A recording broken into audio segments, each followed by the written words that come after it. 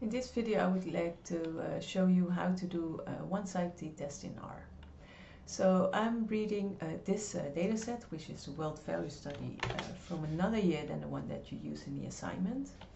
Now, if we're going to inspect this variable, which is about being part of the feeling that you are part of the world, so being a cosmopolitan citizen, if we're going to inspect that variable first before starting to do the t-test, we'll look at the categories. There are 4 categories labeled 1, 2, 3 and 4.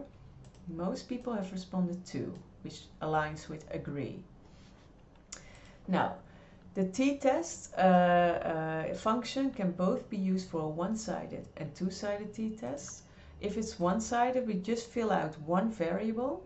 Then the second argument is the mean against which we want to test. So in our case it's 2.5. I want to know whether most of the people in the sample have responded lower than 2.5 to this variable.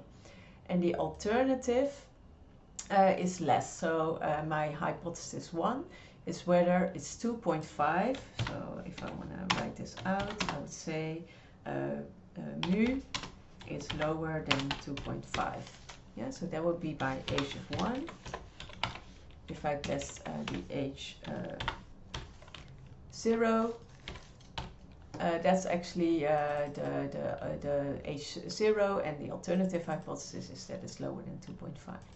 Now, if I run this, you see indeed it says here alternative hypothesis, the true mean is less than 2.5. When you look here, you see actually the actual mean response in the population in our sample, which is 2.06. Now, this is of course lower than 2.5, so it's not a surprise that the t-value is very large, meaning that this result is significant. Yeah, so we can safely reject this null hypothesis and accept the alternative hypothesis.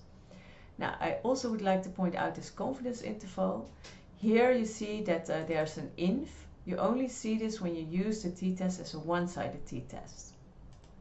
Now, why is this so? Because actually in your one-sided t-test you say it can be any number less than 2.5.